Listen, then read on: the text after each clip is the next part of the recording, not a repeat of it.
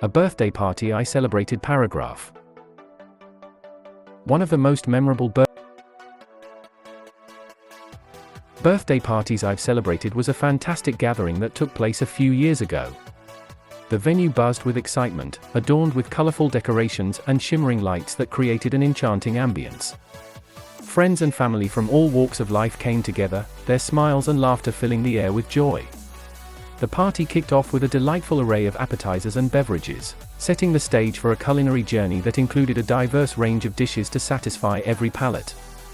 The heart of the celebration was the cake cutting ceremony, where a beautifully crafted cake took center stage, its candles flickering in anticipation of a wish.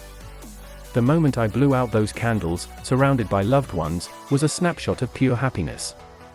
The evening unfolded with games and music, as everyone joined in on the fun, dancing and laughing without a care in the world. What truly made this birthday party unforgettable were the personal touches.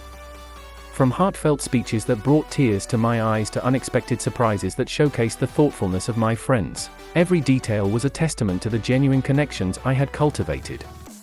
As the night drew to a close, I couldn't help but feel immensely grateful for the people who had come together to make this day so special.